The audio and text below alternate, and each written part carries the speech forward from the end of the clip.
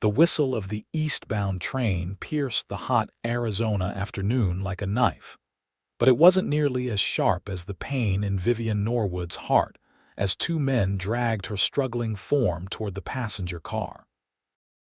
Her honey-blonde hair had fallen loose from its pins, and tears streaked down her dust-smudged face. This wasn't how her story was supposed to end, not with her being shipped back east against her will. All her dreams of independence shattered. "Please," she begged, digging her heels into the wooden platform of Winslow Station. "You can't do this." The larger of the two men, her uncle's hired hand named Porter, tightened his grip on her arm. "Your uncle paid us good money to make sure you get back to Boston, Miss Norwood. Said you've had enough of this frontier nonsense." "It's not nonsense. I have a life here." Vivian twisted in their grasp, looking desperately around the station for anyone who might help her. The few passengers waiting nearby averted their eyes, unwilling to get involved in what appeared to be a family matter. The train whistle blew again. 5 minutes until departure. That's when she saw him, standing by the water tower at the edge of the platform. Tall and lean, with a weather-beaten Stetson pulled low over his eyes. He was watching her intently, his stance rigid with tension. Their eyes met across the crowded platform, and something electric passed between them. The cowboy straightened, his hand dropping to the revolver at his hip as he began striding purposefully in their direction. "Last call for the eastbound train to Chicago," the conductor shouted, swinging up onto the steps of the nearest car. "Let's go, miss," the second man said, shoving Vivian forward. The cowboy moved faster now, pushing past a group of disembarking passengers. "Stop!" His voice carried over the noise of the station, deep and commanding. "Let her go." Porter turned, keeping his grip on Vivian. "This ain't your business, mister." The cowboy closed the distance between them in seconds. Up close, Vivian could see the determination in his striking blue eyes, the set of his square jaw beneath several days' worth of stubble. "I'm making it my business," he said, his voice dangerously quiet. "We're getting paid to deliver this lady to Boston," Porter said, shifting uncomfortably. "Her uncle's waiting." The train began to move, a slow, groaning departure.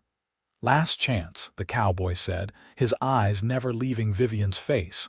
"You want to go east?" "No," she whispered, then louder. "No."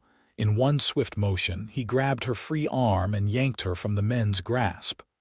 Porter reached for his gun, but the cowboy was faster, driving a fist into the man's stomach that doubled him over. The second man lunged forward, but the cowboy sidestepped, pulling Vivian with him as he did. The train was picking up speed. The two men hesitated, looking from Vivian to the departing train. "Your choice, gentlemen," the cowboy said. "Chase us or make your train." With a curse, Porter grabbed his companion and they both made a dash for the moving train, barely managing to swing aboard the last car as it pulled away from the station. Vivian stood frozen, heart hammering in her chest as the train disappeared around the bend. She was free. The realization washed over her like a cool desert rain. She was free because of the stranger still holding her arm. "Thank you," she said, turning to face her rescuer. "I don't know why you helped me, but you looked like you needed it," he said simply. He released her arm and extended his hand. "Lucas Blackburn, Vivian Norwood." She took his calloused hand, noting the strength in his grip. I don't know how to repay you. Don't need payment for doing what's right." His eyes moved over her face, taking in her tear-streaked cheeks and disheveled appearance. "You got somewhere safe to go, Miss Norwood?" The question brought her crashing back to reality. Her uncle's men would telegraph ahead, report their failure. They'd be back, or others would come, and she had nowhere to go. Her small room above the general store would be the first place they'd look. She faltered, suddenly aware of how vulnerable she was. Lucas Blackburn seemed to read her thoughts. I reckon you need to disappear for a while." He glanced around the station, which was emptying quickly now that the train had departed. "I've got a horse out back. I'm heading north to my ranch. You're welcome to come along until you figure things out." Vivian hesitated, studying the stranger who just upended her life. Tall and lean but powerfully built, with a face that had seen its share of sun and hardship. There was something steady in his gaze, something that stirred both caution and curiosity in her. "Why would you do that for someone you don't know?" she asked. A small smile tugged at the corner of his mouth. "Maybe I'm just tired of riding alone." He grew serious again. "Or maybe I know what it's like to be forced into something against your will." A moment stretched between them, filled with unspoken questions and possibilities. "Those men will come looking for me," she warned. "Let them try." His confidence wasn't boastful, just matter of fact. "My ranch is a hard place to find if you don't know where to look." Vivian took a deep breath. The train was gone, carrying with it her uncle's men but not her problems. She could stay in Winslow and face whatever came next, or she could take a chance on this stranger who'd appeared like an answer to prayers she hadn't even known she was saying. "I need to get my things," she said finally. "I have a room at Mrs. Peterson's boarding house." "There's not much, but we'll get them," Lucas said with a nod. "But we should hurry. Your uncle's men will telegraph back as soon as they reach the next station." 20 minutes later, Vivian found herself riding double with Lucas Blackburn on his chestnut gelding, her small carpet bag tied behind the saddle. They'd slipped out of town using the back streets, avoiding the main road where they might be noticed. The desert stretched before them, vast and unforgiving but somehow promising freedom. "It's about 4 hours to my place," Lucas said over his shoulder, his voice carrying on the dry wind. "Rough country. You sure you're up for it?" Vivian tightened her arms around his waist, feeling the solid strength of him. "After what you saved me from, I think I can manage a horseback ride, Mr. Blackburn." He chuckled, the sound vibrating through his back. "Lucas. If we're going to be fugitives together, we might as well use first names." "Lucas," she repeated, testing the name. "And I'm Vivian." "Well, Vivian," he said, urging his horse into a steady canter, "welcome to the first day of your new life." As they rode north into the gathering dusk, Vivian realized that for the first time in months, the knot of dread in her stomach had loosened. She didn't know what tomorrow would bring, but for now she was free, heading away from Boston and everything her uncle represented. And oddly enough, holding tight to this stranger's waist, she felt safer than she had in a long, long time. The desert landscape stretched endlessly before them as Lucas guided his horse along paths only he seemed to recognize.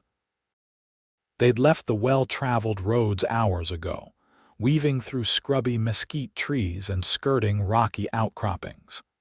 The setting sun painted everything in deepening shades of gold and red, transforming the harsh terrain into something strangely beautiful.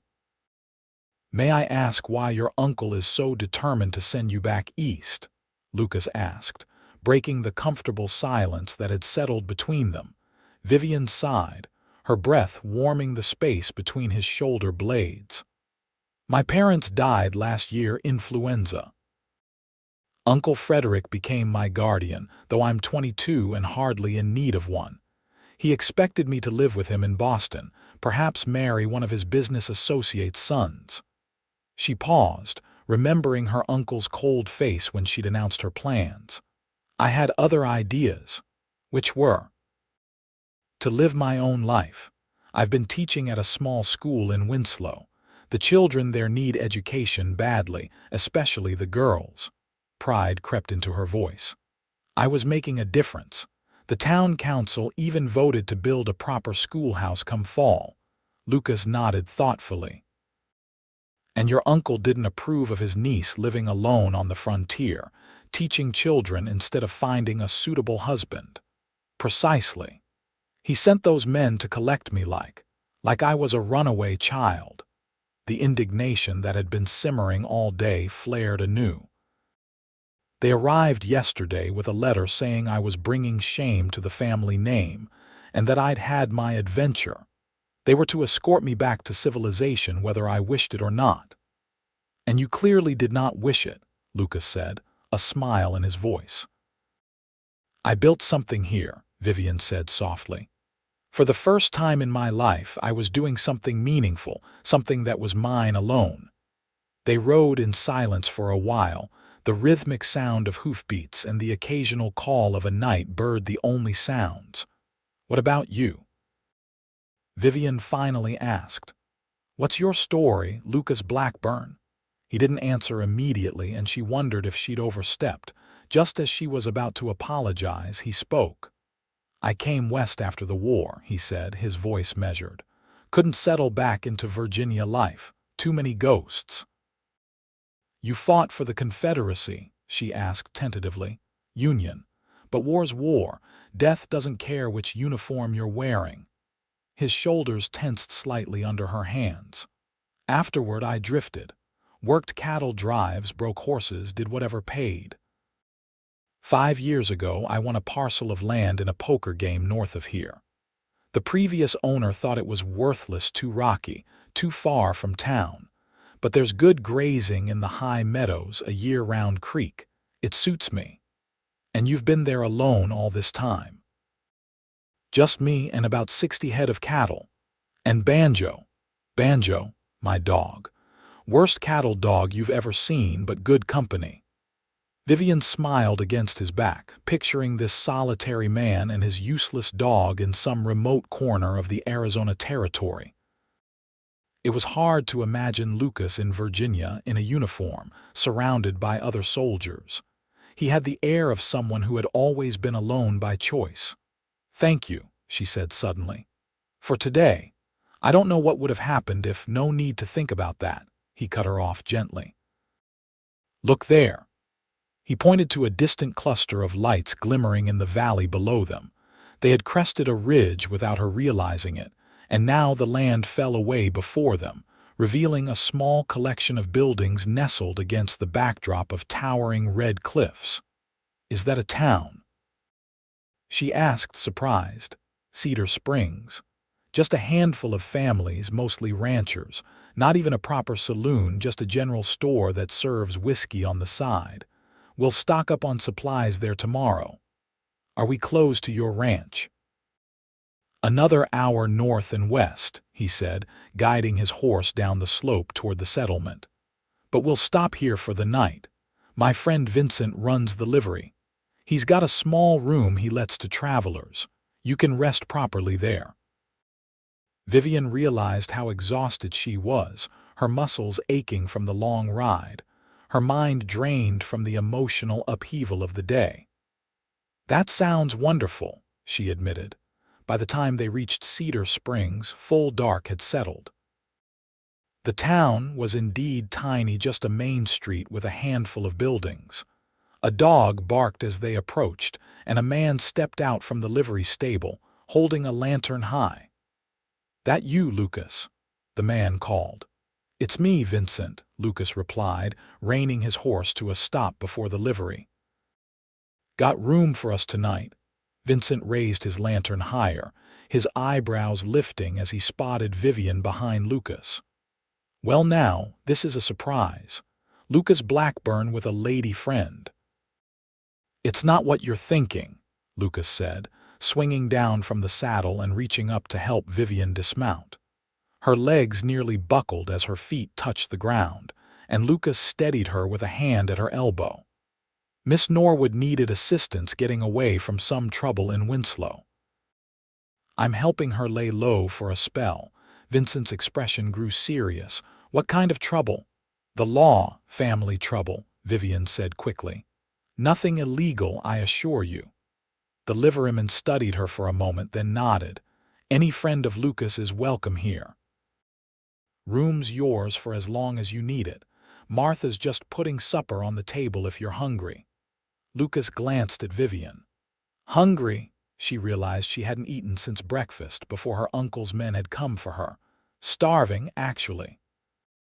Vincent's wife, Martha, was a round-faced woman with kind eyes who asked no questions, simply set 2 more places at her table and doubled the portions of stew and corn bread she was serving to her husband and teenage son.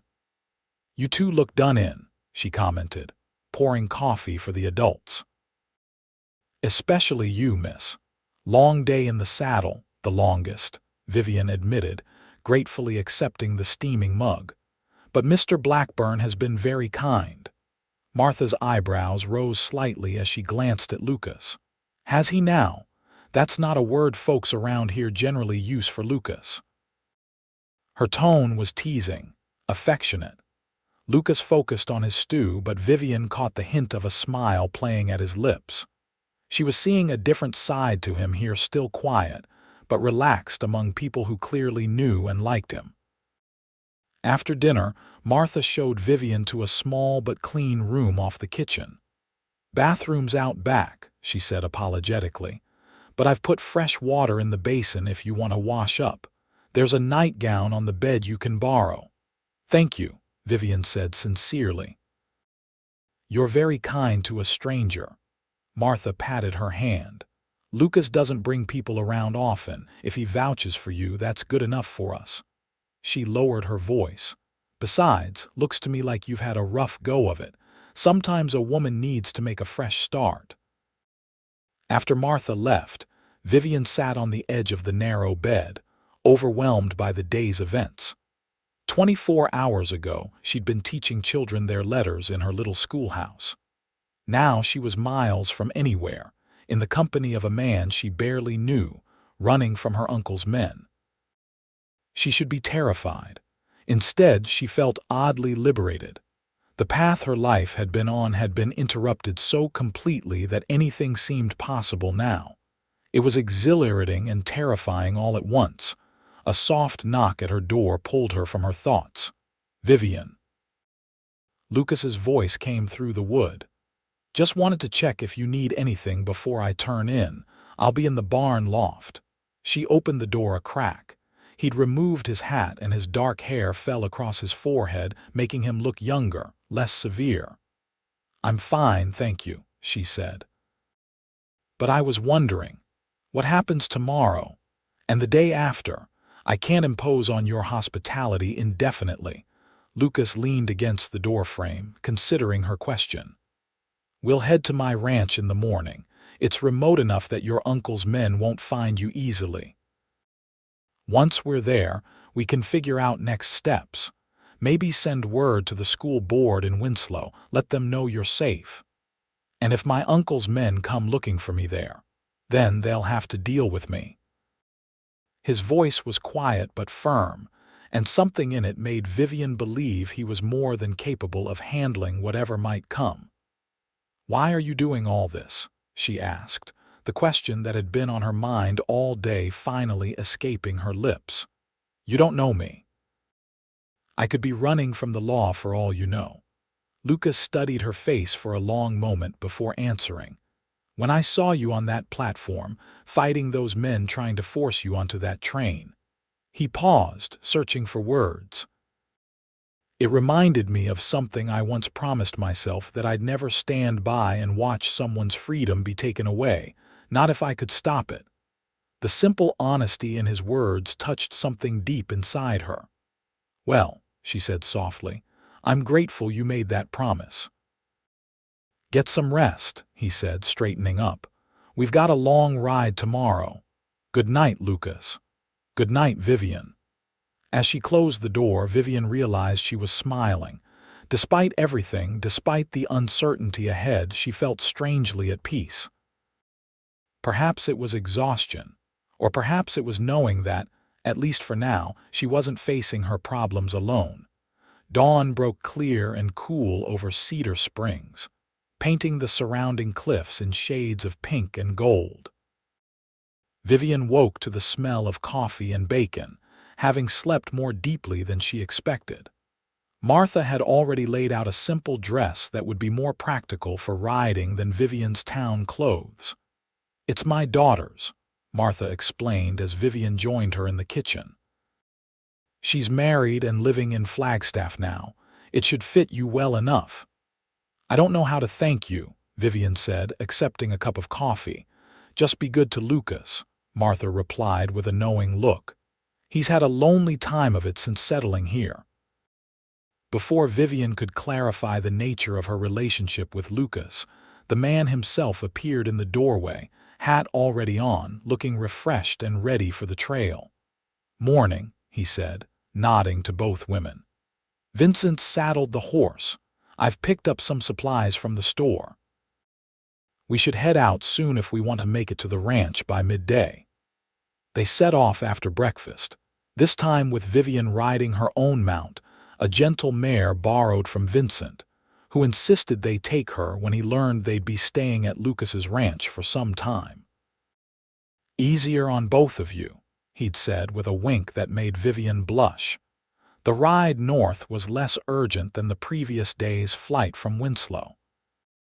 Lucas pointed out landmarks as they went, ancient petroglyphs carved into rock faces, the remains of old mining operations, a natural arch that seemed to defy gravity as it spanned a narrow canyon. "You know this land well," Vivian observed as they paused to rest the horses near a small spring. Lucas nodded, surveying the landscape with obvious affection. "Took me a while to learn its moods and secrets. This country doesn't give up its treasures easily." "Is that why you stayed? For its treasures?" He smiled slightly. "I stayed because it's honest. The desert doesn't lie to you or pretend to be something it's not. It's harsh but fair in its harshness." He looked at her directly. "Not many people understand that." "I think I'm beginning to," Vivian said softly. By midday, the terrain had changed, becoming more varied as they climbed higher into the foothills. Stands of juniper and pine began to appear among the rock formations. Finally, they crested a ridge and Lucas reined his horse to a stop. "There it is," he said, pointing to the valley below. "Blackburn Ranch." Vivian followed his gesture and caught her breath. Nestled in a protected valley, surrounded by red cliffs on 3 sides, lay a small but well-kept ranch. A modest cabin with a wide porch stood near a clear creek that meandered through the property. A barn, corral, and a few outbuildings completed the picture. Scattered across the nearby pastures, cattle grazed peacefully. "It's beautiful," she said, meaning it. "It's not much," Lucas replied, but she could hear the pride in his voice. "It's yours," she said simply. "That makes it something special." As they approached the cabin, a large, shaggy dog came bounding out to meet them, barking excitedly. "That's Banjo," Lucas said, dismounting. "Not much of a cattle dog, like I said, but he keeps coyotes away from the chickens." The dog circled them enthusiastically, accepting scratches from Lucas before turning his attention to Vivian, sniffing curiously at her skirts. "Hello there," she said, reaching down to pet him. "Aren't you friendly?" "He doesn't get many visitors," Lucas explained, leading the horses toward the barn. "Neither do I, for that matter." The cabin was simple but surprisingly comfortable inside. A large main room served as both kitchen and living area, with a stone fireplace dominating one wall. A hallway led to what Vivian presumed were bedrooms. Everything was neat and orderly, if a bit sparse. "You'll take my room," Lucas said, setting down her carpet bag. "I'll sleep in the spare room.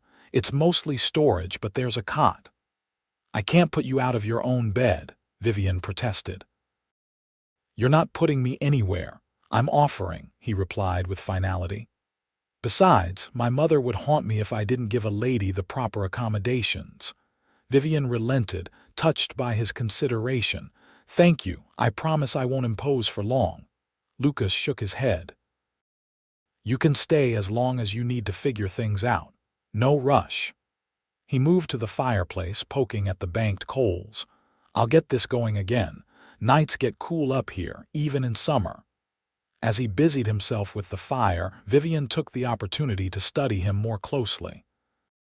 In the soft light of the cabin, away from the tension of their first meeting, she could see the fine lines around his eyes, testament to years squinting against the Arizona sun. His hands moved with practiced efficiency, strong and capable. There was something comforting about his quiet confidence, his lack of pretense. "I should warn you," he said, breaking into her thoughts. "I'm not much of a cook. Bachelor living hasn't improved my skills in that department." Vivian smiled. "Well, that's something I can help with, at least. I'm quite good in the kitchen." "You don't have to, please," she interrupted. "Let me earn my keep in some small way." Lucas looked like he might argue, then nodded. "All right, but fair warning, I've got simple tastes. Don't expect me to appreciate fancy Eastern cooking." "I'll try to restrain myself from preparing pheasant under glass," she replied dryly, and was rewarded with a genuine laugh from Lucas, the first she'd heard from him. The sound transformed his face, softening the hard edges, bringing a warmth to his eyes that made her heart beat a little faster. "I'll show you around the place later," he said, standing. "For now, get settled in. Kitchen's stocked basic, but we can ride into Cedar Springs for anything special you might need." Left alone, Vivian explored her temporary bedroom. Like the rest of the cabin, it was simple but well kept. A large bed with a handmade quilt, a chest of drawers, and a small bookshelf filled with well-worn volumes. She ran her fingers along the book spines, surprised to find classics mixed with practical guides on ranching and local flora. On the dresser sat a small framed photograph, the only personal touch in the room. It showed a younger Lucas in a Union Army uniform, standing beside another soldier. Both were smiling, arms around each other's shoulders, looking impossibly young and untouched by the war that was clearly raging around them. She carefully set the photograph back, feeling as if she'd glimpsed something private. Lucas Blackburn was clearly a man with depths he kept hidden. She wondered what other secrets this quiet ranch held, and how long she would be here to discover them. Vivian quickly fell into the rhythm of ranch life. The days took on a comfortable pattern, early mornings filled with chores, afternoons spent helping Lucas with whatever task needed attending to, evenings of quiet conversation by the fire. She discovered she enjoyed the physical work, the satisfaction of tangible accomplishments at day's end. A week passed, then two. Lucas taught her to ride better, to help with the cattle, to identify edible plants in the surrounding hills. In return, she improved the meals considerably and brought a woman's touch to the cabin, arranging wildflowers in mason jars and reorganizing the kitchen for efficiency. They rarely spoke of Winslow or her uncle, though Vivian knew the problem remained. Instead, they talked of books Lucas was surprisingly well read, of his war experiences, shared sparingly, and of her dreams of establishing a proper school somewhere in the territory. "You're good with words," he commented one evening as they sat on the porch, watching the sunset paint the cliffs fiery red. "The way you explain things makes them clear." "That's kind of you to say," Vivian replied, surprised by the compliment. "I've always loved teaching. Even as a child, I was constantly trying to teach my dolls their letters."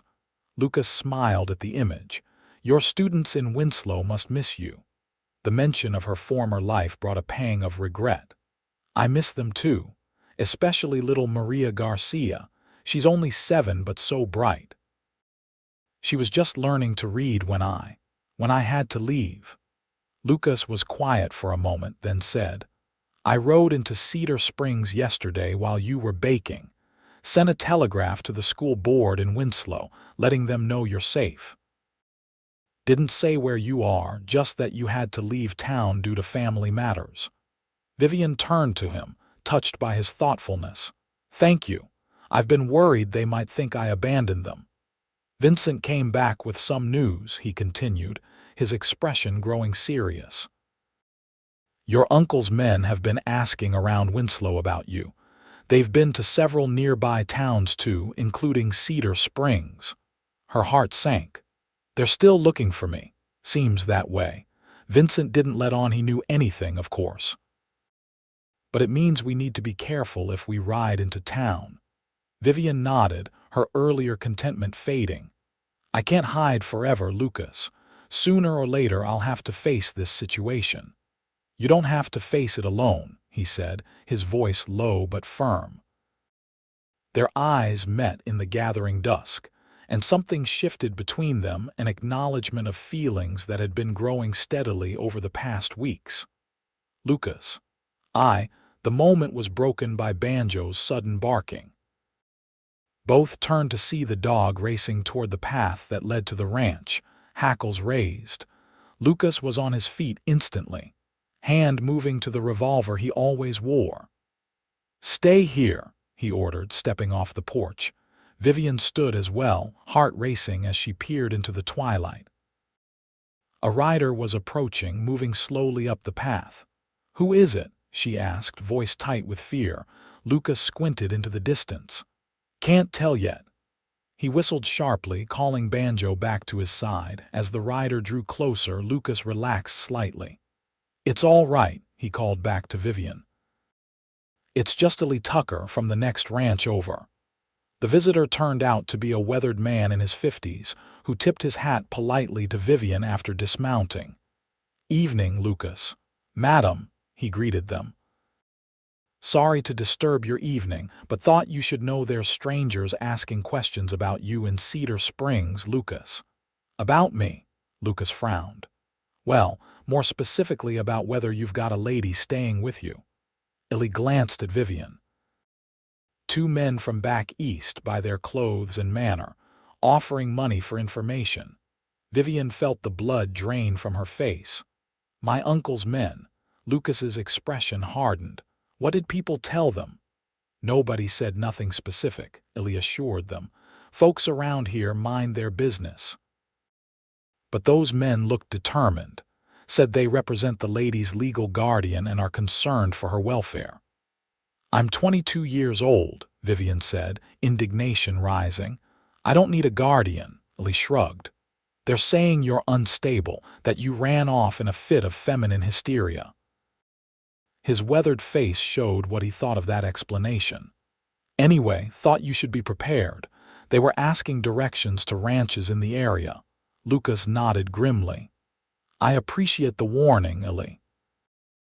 After the neighbor departed, promising to send word if he learned anything more, Lucas and Vivian returned to the porch, the peaceful evening irrevocably disrupted. "They won't stop," Vivian said, wrapping her arms around herself despite the warm night. "Uncle Frederick is used to getting his way." Lucas was quiet for a long moment, staring out at the darkening landscape. "Why is he so determined to get you back? There must be more to it than just concern for your reputation." Vivian sighed, the question bringing back painful memories. "My father was the more successful of the two brothers.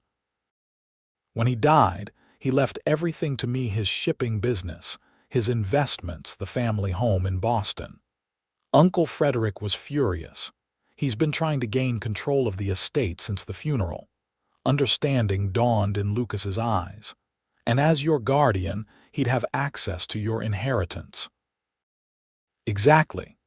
My parents will specify that I would control my own affairs upon turning 21 or marrying, whichever came first. I'm 22 now, but Uncle Frederick has been trying to have me declared incompetent to manage the estate. So when you left Boston for Arizona territory, it played perfectly into his hands," Vivian finished bitterly. "What respectable young lady abandoned civilization for the wild frontier? It must be evidence of an unsound mind." Lucas shook his head, disgusted. "All this for money." "A considerable amount of money," Vivian acknowledged. "Enough to tempt even a supposedly respectable Boston businessman." They fell silent, contemplating the situation. Finally, Lucas spoke. "You have options, Vivian.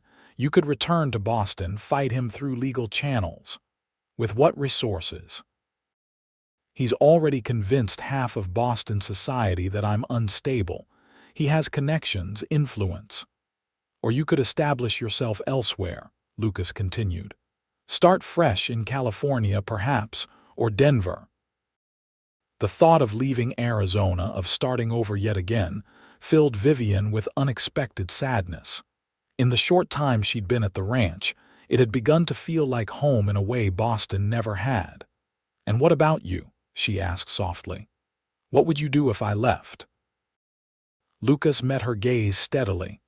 "I'd go back to my life, ranching, being alone," he paused, "but I'd miss you."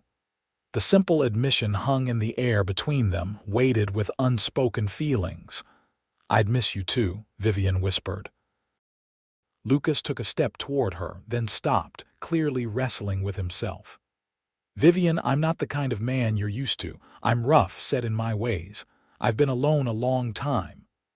"I've noticed," she said, a small smile playing at her lips despite the seriousness of the moment. "What I'm trying to say is," he broke off, frustrated by his inability to express himself. Vivian closed the distance between them, placing a gentle hand on his arm. "What are you trying to say, Lucas?" He looked down at her hand, then back to her face. "That I don't want you to go. That these weeks with you have been the best I can remember. That the thought of going back to how things were before you came." He shook his head. "I don't want to." Vivian's heart swelled at his honesty. "Then ask me to stay." "Stay," he said, the word rough with emotion. "Stay with me, Vivian." She lifted her hand to his face, tracing the line of his jaw. "Is that all you want to ask me?" Understanding dawned in his eyes. Slowly, carefully, as if handling something infinitely precious, Lucas took her hands in his. "I never thought I'd find someone who could fit into my life here," he said. "Someone who would understand this place, understand me. But you do. You belong here, Vivian, in a way I can't explain." "Lucas Blackburn," she said, her voice steady despite the emotions threatening to overwhelm her. "Are you trying to propose to me?" A smile tugged at his lips. "Doing a poor job of it, aren't I?" "Terrible," she agreed, smiling back at him. "You should try again." He took a breath, then lowered himself to one knee before her, still holding her hands. "Vivian Norwood, I know it hasn't been long, but I've never been more certain of anything. Will you marry me? Stay with me, build a life here?" Tears sprang to Vivian's eyes. "Yes," she whispered. "Yes, I will." Lucas stood and pulled her into his arms, his kiss tentative at first, then deepening as she responded with equal fervor. When they finally broke apart, both were breathless. "Your uncle's men will still come," he warned, keeping her close. "Let them," Vivian replied, a new determination in her voice. "As a married woman, I'll be legally beyond my uncle's guardianship. Even he can't dispute that." Lucas grinned, a new lightness in his expression. "So we're getting married for purely practical reasons." She laughed, leaning into his embrace. "Purely practical. It has nothing to do with how you make my heart race or how I've fallen hopelessly in love with you." "Good," he murmured against her hair, "because I'm only marrying you for your cooking skills." "Liar," she accused fondly. "You're right," he admitted, turning serious. "I'm marrying you because you brought life back to this place, because you're brave and stubborn and beautiful, because I love you, Vivian Norwood." They sealed the promise with another kiss, standing on the porch of what would now be their home, while the first stars appeared in the darkening sky above. The wedding took place 3 days later in Cedar Springs, with Vincent serving as witness and Martha decorating the small church with wildflowers. The ceremony was simple but heartfelt, the bride wearing a blue dress borrowed from Martha's daughter and carrying a bouquet of desert blooms Lucas had gathered that morning. As they exchanged vows, Vivian felt a surety she had never known before.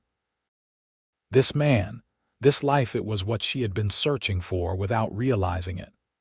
when the preacher pronounced them husband and wife, and Lucas kissed her with tender reverence, she knew she had found her true home. They celebrated with a small gathering at Vincent and Martha's home, where the news of their marriage spread quickly through the tight-knit community. By sunset, when they prepared to return to the ranch as husband and wife, it seemed all of Cedar Springs had come to offer congratulations and welcome Vivian to their extended family. "You're one of us now," Martha told her warmly as they prepared to leave. "Those men come looking for you. They'll have to get through all of us." The ride back to the ranch was quiet, both of them wrapped in the significance of the day. When they reached their cabin now, Lucas surprised her by scooping her into his arms to carry her across the threshold. "I may not be much for tradition," he said, setting her down gently in the main room, "but some things seem worth doing right."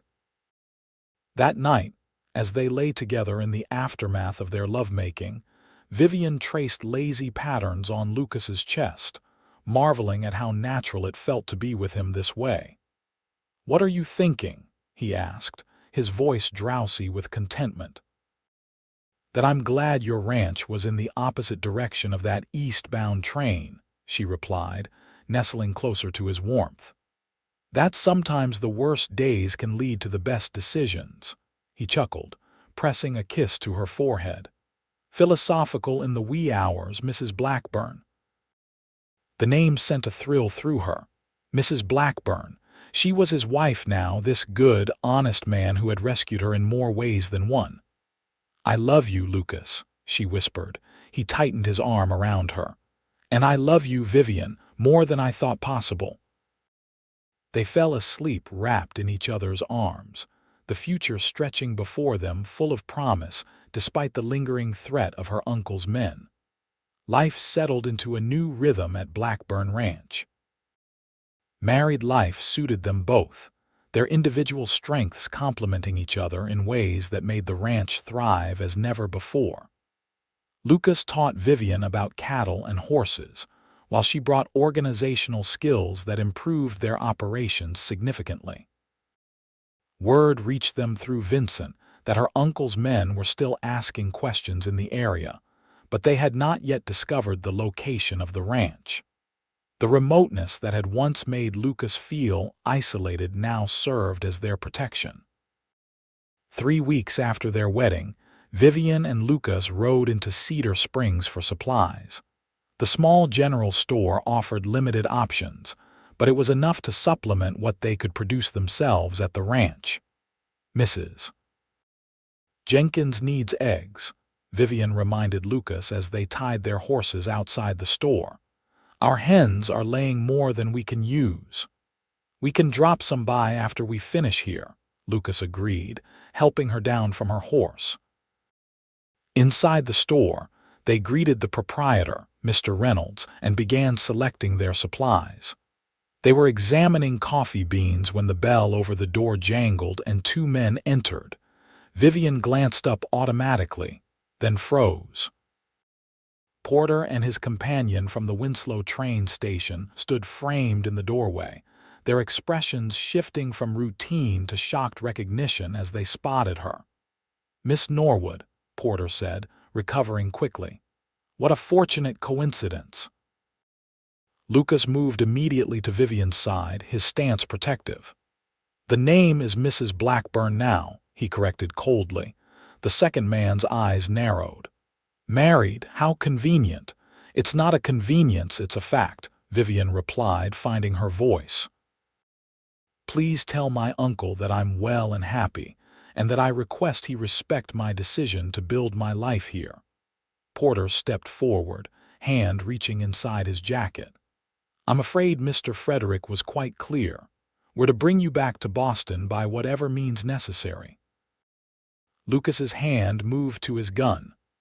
"I wouldn't," he warned quietly. The store had gone silent, Mr. Reynolds watching the confrontation with alarm from behind his counter. "This doesn't concern you, Cowboy," Porter said dismissively. "The lady's uncle has legal papers. She's my wife," Lucas interrupted, his voice low and dangerous.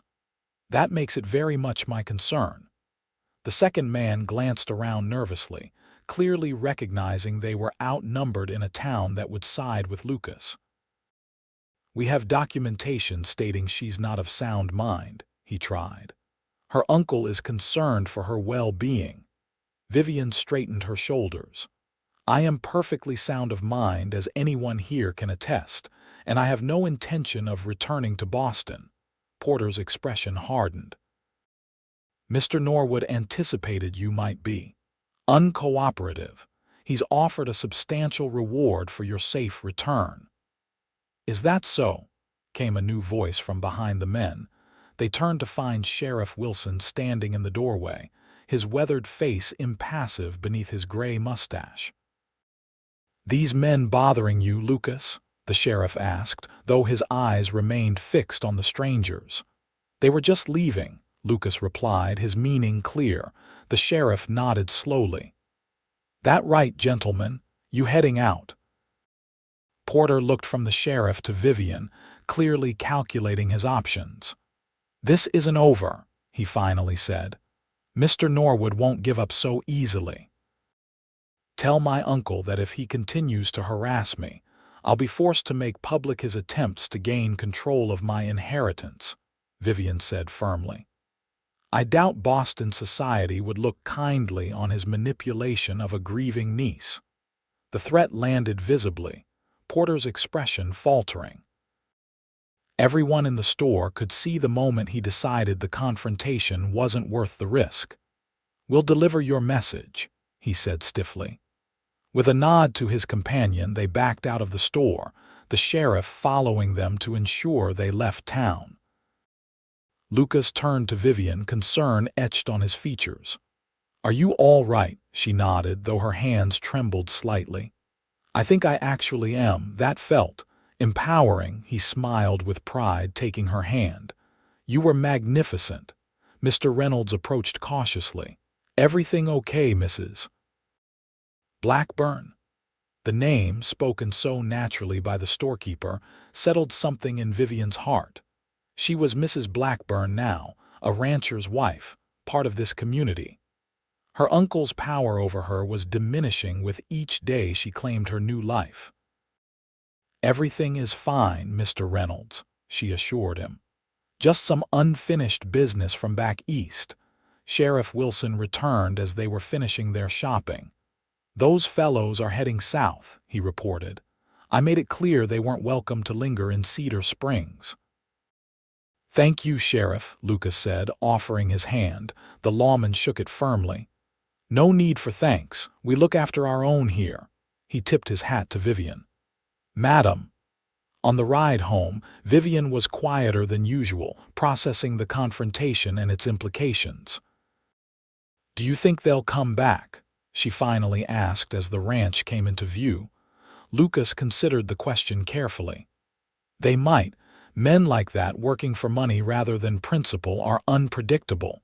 He glanced at her. "But we'll be ready if they do." "I meant what I said," she told him. "If Uncle Frederick continues pursuing me, I'll fight back. I have evidence of his manipulation letters, documentation. I avoided conflict before because he's still my family, but I won't allow him to threaten my happiness." Lucas reached across to squeeze her hand. "You're stronger than you know, Vivian. It's one of the many reasons I love you." She smiled, feeling the truth of his words settle inside her. She was stronger now, her confidence growing daily in this life she had chosen.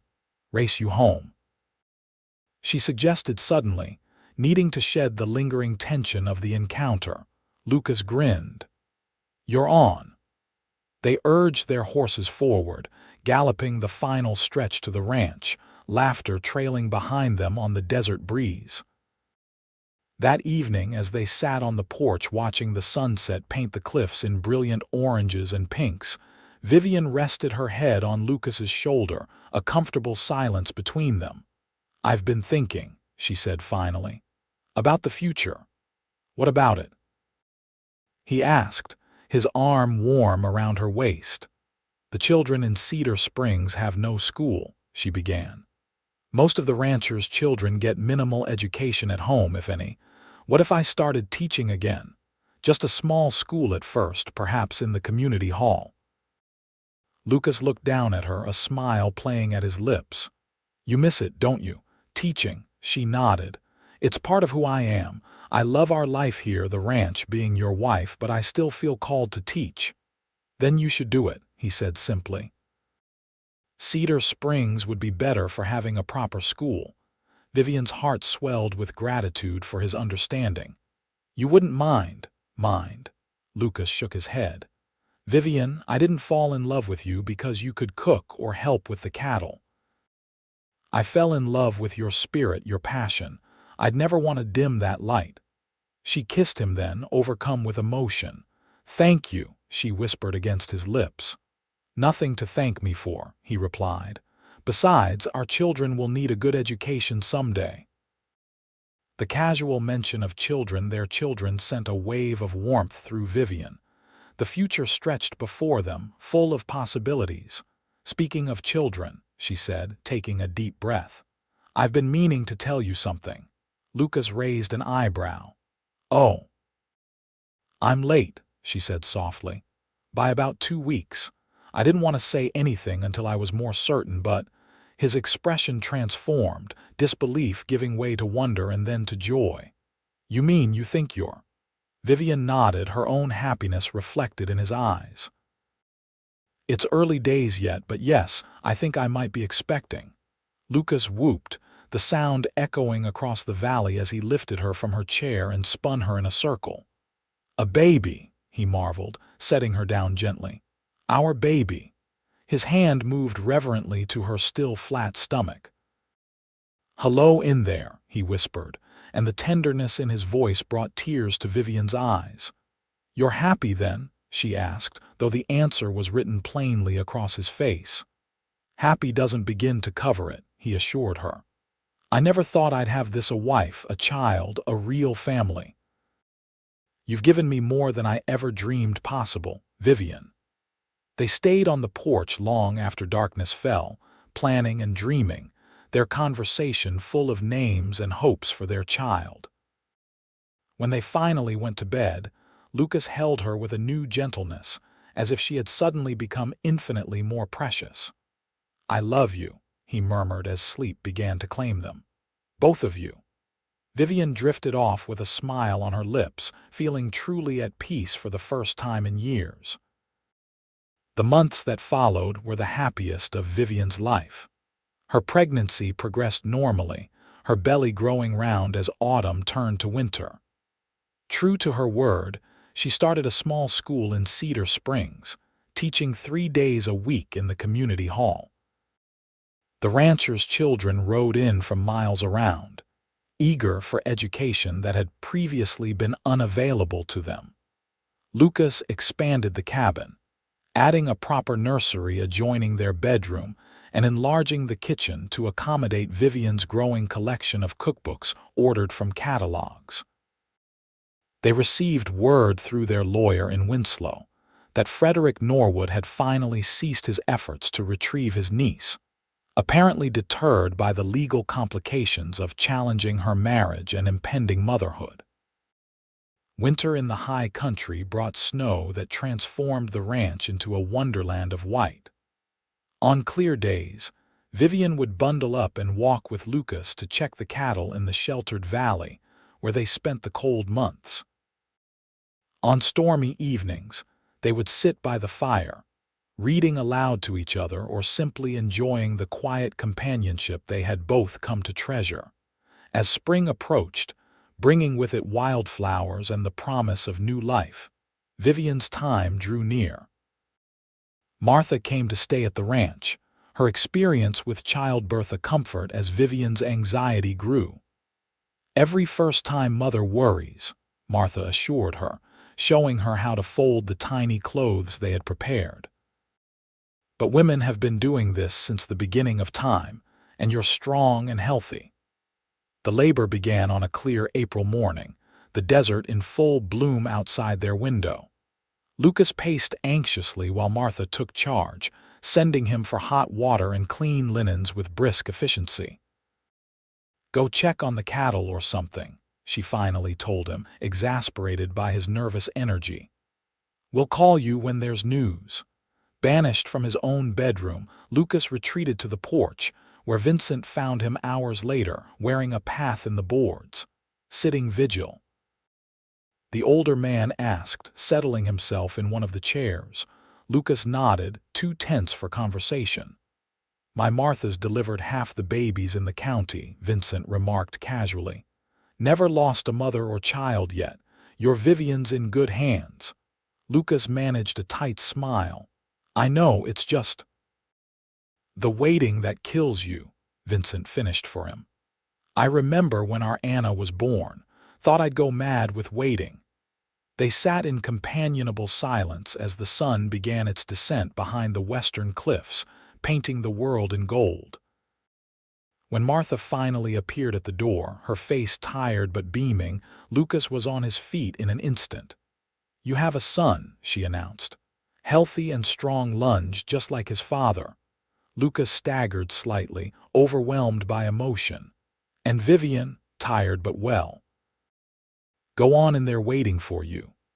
He entered the bedroom to find Vivian propped against pillows, her face flushed and hair damp with sweat, but her eyes shining with a joy that took his breath away. In her arms, wrapped in a soft blanket, was a tiny bundle with a shock of dark hair. Lucas, she whispered, come meet your son.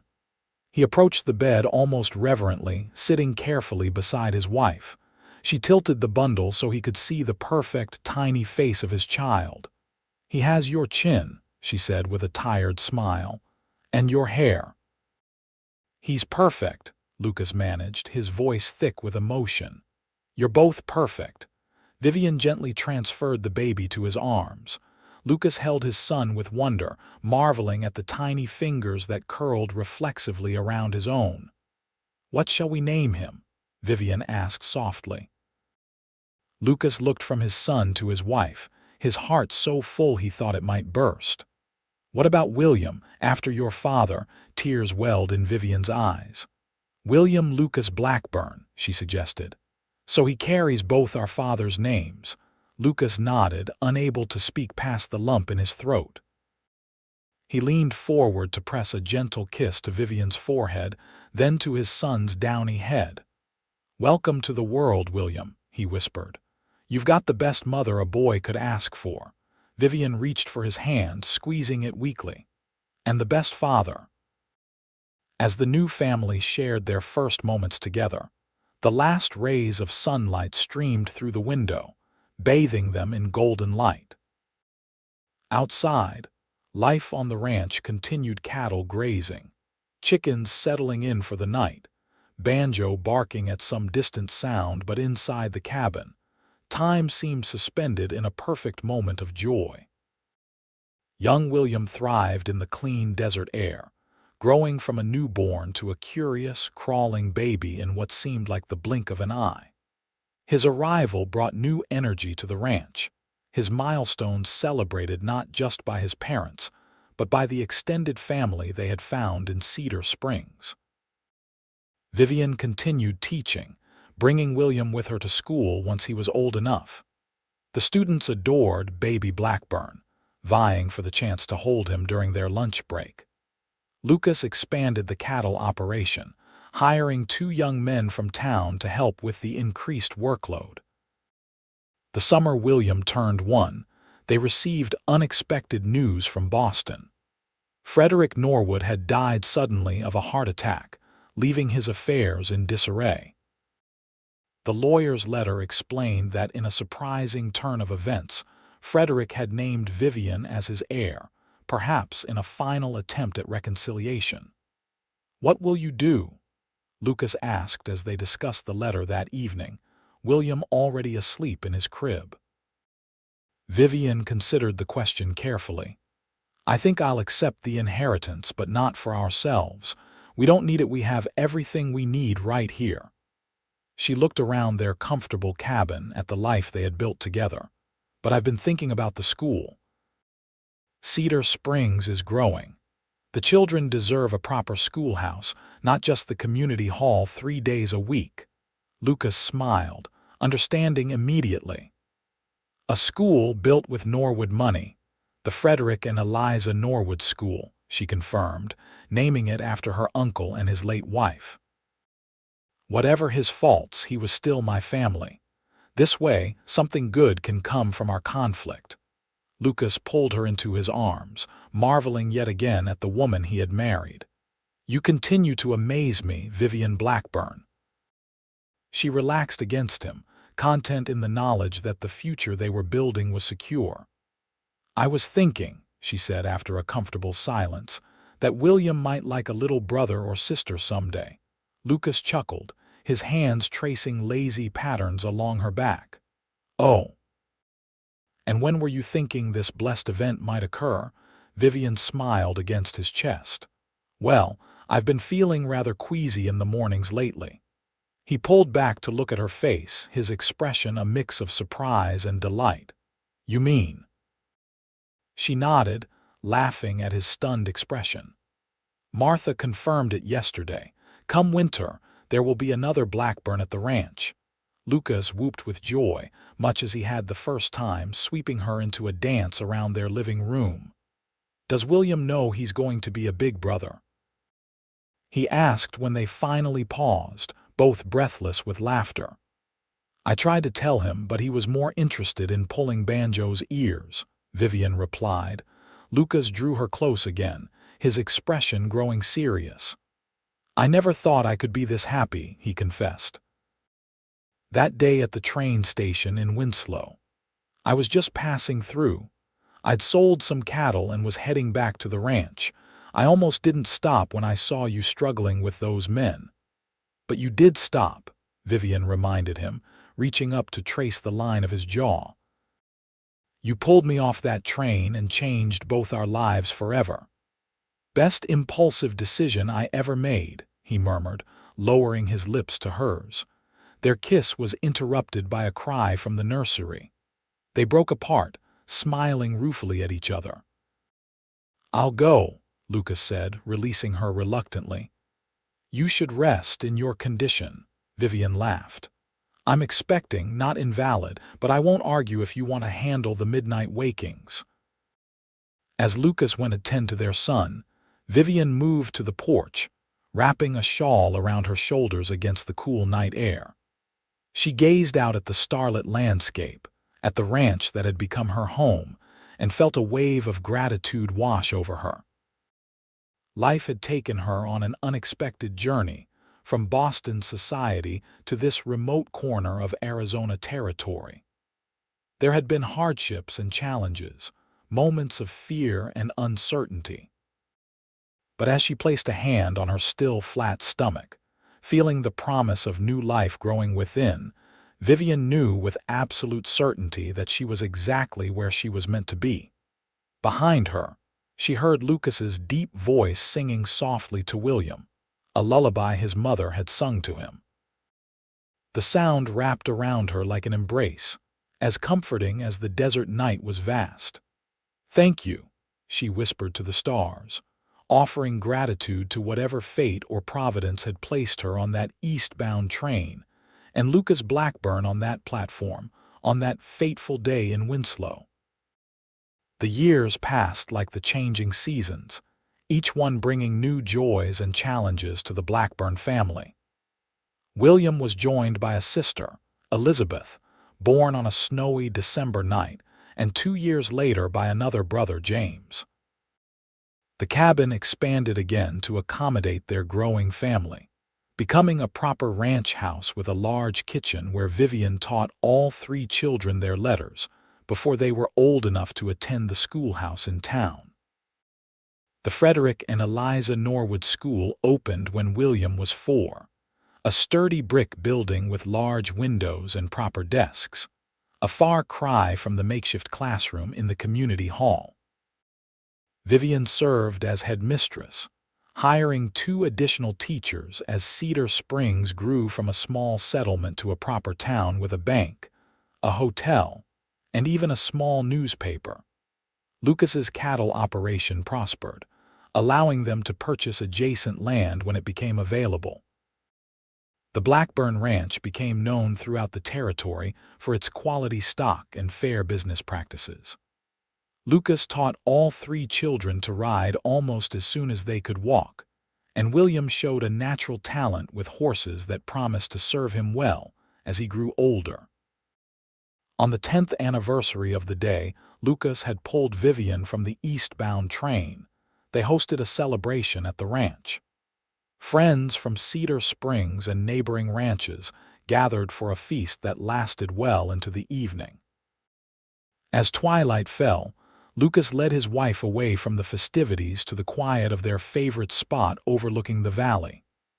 "Happy anniversary," he said, producing a small velvet box from his pocket.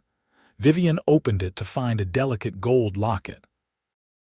Inside was a tiny daguerreotype of their three children on one side and on the other, a miniature reproduction of their wedding photograph. "Lucas, it's beautiful," she breathed, turning to let him fasten it around her neck. 10 years, he mused, his hands warm on her shoulders. "Sometimes it feels like yesterday that I saw you fighting those men on the platform. Other times, I can hardly remember life before you." Vivian leaned back against his chest, his arms encircling her waist. "Would you do it again?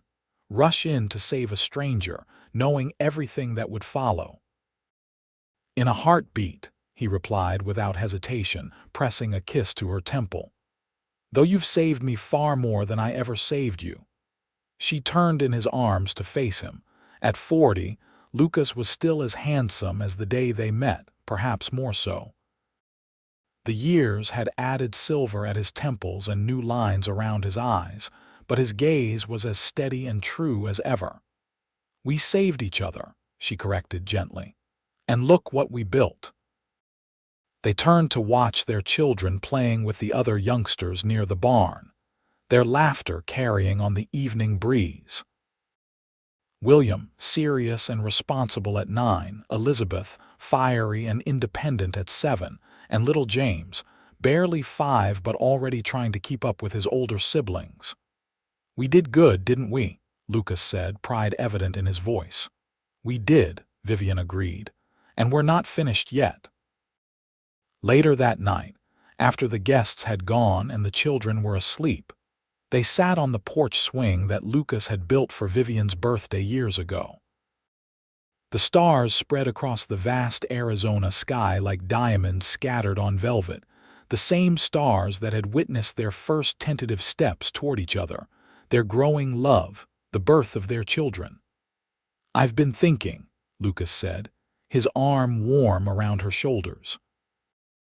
"William's getting older. He'll be wanting more responsibility soon." "He already does," Vivian laughed. "He told me yesterday he's ready to start breaking the new colts." Lucas shook his head, smiling. "Not quite yet, but I was thinking we might start planning for the future. Maybe build another cabin on the north section, for whichever of the children wants to stay on at the ranch when they're grown." Vivian considered this, picturing their children as adults with families of their own. "You think they'll want to stay?" she asked softly. "Not seek their fortunes elsewhere?" "Some might," Lucas acknowledged. "Elizabeth has your brains. She might want schooling back east someday, and who knows what James will decide.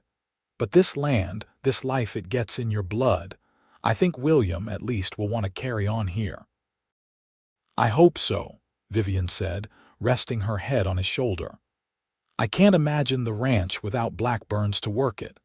They fell silent, rocking gently in the cool night air, content in each other's company as they had been for a decade. So much had changed since that fateful day in Winslow. They had changed, grown together, faced challenges and celebrated triumphs. But the foundation of their life together remained the same. A love born in an instant of courage and nurtured through years of devotion. "I love you, Vivian Blackburn," Lucas said, as he did every night before they slept. "More today than yesterday, less than tomorrow." "And I love you, Lucas Blackburn," she replied, the familiar words a promise renewed, "through all the yesterdays and all the tomorrows to come." As the moon rose over the peaceful ranch, casting silver light across the land they had tamed together, Vivian offered a silent prayer of gratitude for the train she never boarded, the journey she never took, and the unexpected path that had led her home.